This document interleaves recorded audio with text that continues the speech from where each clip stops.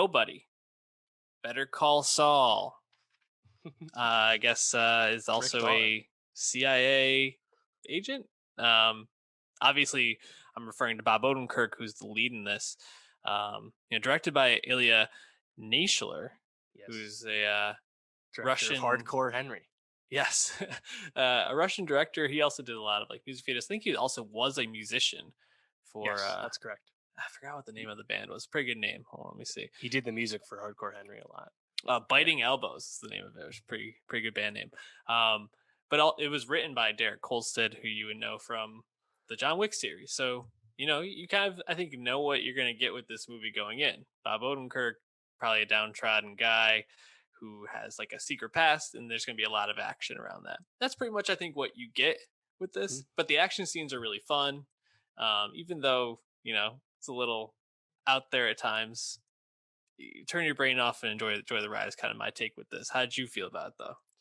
Yeah, so you said it's written by Derek Kolstad, who also wrote all three John Wick movies. This Nobody's also produced by David Leitch. So the John Wick DNA is front and center. Yep. And I couldn't help but laugh. I was like, wow, this is like, it's not just like action vehicle for grizzled middle-aged white man. Like it's not quite the Liam Neeson stuff we've been getting the last 10 years. It's really John Wick pastiche. This is Mhm. trying to be John Wick, and there's so many similarities to John Wick. Like he Yeah. has a fucking secret stash of gold bars. I was like, oh my god, come on, man! Like, can we not be so obvious with the callbacks? And the But kitten instead of the dog, yeah, it's like I yeah. mean, but it also is giving you exactly what it's telling you it's going to be, Mhm. and it's a lot of fun. I don't mind seeing Bob Odenkirk doing something a little different. I thought I did a good job. And the action scenes are still well choreographed. I thought the bus fight was the clear highlight just because that's really intense and also Mhm. pretty protracted. It does not have a compelling villain in the way other John Wick stories go. I think that's clearly the flaw of the film. It just kind of fizzles out because the villain never makes an impression at all. But, for this kind of stuff, like really intense, hardcore action, beat 'em up stuff, it's not raid level, but it's good. So Yeah. if that's what you It's want, this is good enough. yeah, and it really is as we're talking it through and I mentioned Saul, but it's really like if Breaking Bad, turned into John Wick, really like you mentioned and that's kind of what you get is like Bob Odenkirk, father of two, married, but seems like he's in a pretty listless marriage at this point. Gets held up or his house gets robbed. He could have done something to the robbers and kind of lets them go and kind of just sticks in his craw that he just let them go. And then he goes on this, finds them, runs into these Russian mob people that he murks on this bus, and a pretty awesome fight scene, like you mentioned. And then it just becomes like super outlandish. Like Bob Odenkirk is this ex CI or ex military auditor, and for all these Mhm.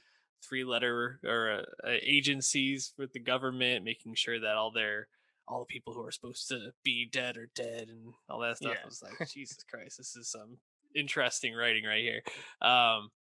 Maybe there's people like that. I don't know, but yeah, it was fine.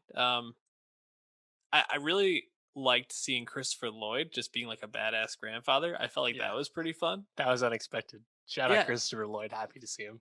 and RZA just like showing up and murking people at the end, just like a pretty fun gunfight. I don't know, like there were some fun things. I don't really think there's a lot to like dig my teeth into here, just because it like you said it.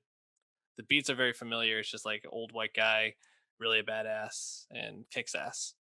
The end in my book. Yeah. Anything else beyond that for you? No, I mean, it's cool to see Ilya get another shot directing. Hardcore Henry came out in 2015, and that movie is very outlandish and over the top. Stories completely nonsense, but it's notable for its shooting gimmick in the sense that it's shot in completely first person for the protagonist's point of view, like a video game, and that is fun and cool. Even if the movie, I think you kind of see the movie in the first 15 minutes and you get the idea. But it's cool to see him get another shot at something, and you definitely can tell he has those action sensibilities. So I would not be surprised to see him eventually attached to something even more high profile. Um, also funny. Was it a Pavel Pogleski? Sorry, I can't read my handwriting. Uh, the cinematography in this is the same guy who did Ari Aster's movies, Hereditary and Midsommar. Funny enough. Hmm. Interesting. I wouldn't have put that together. Yeah, Um, no way. Huh. Well, it looks like he's got some range there for sure.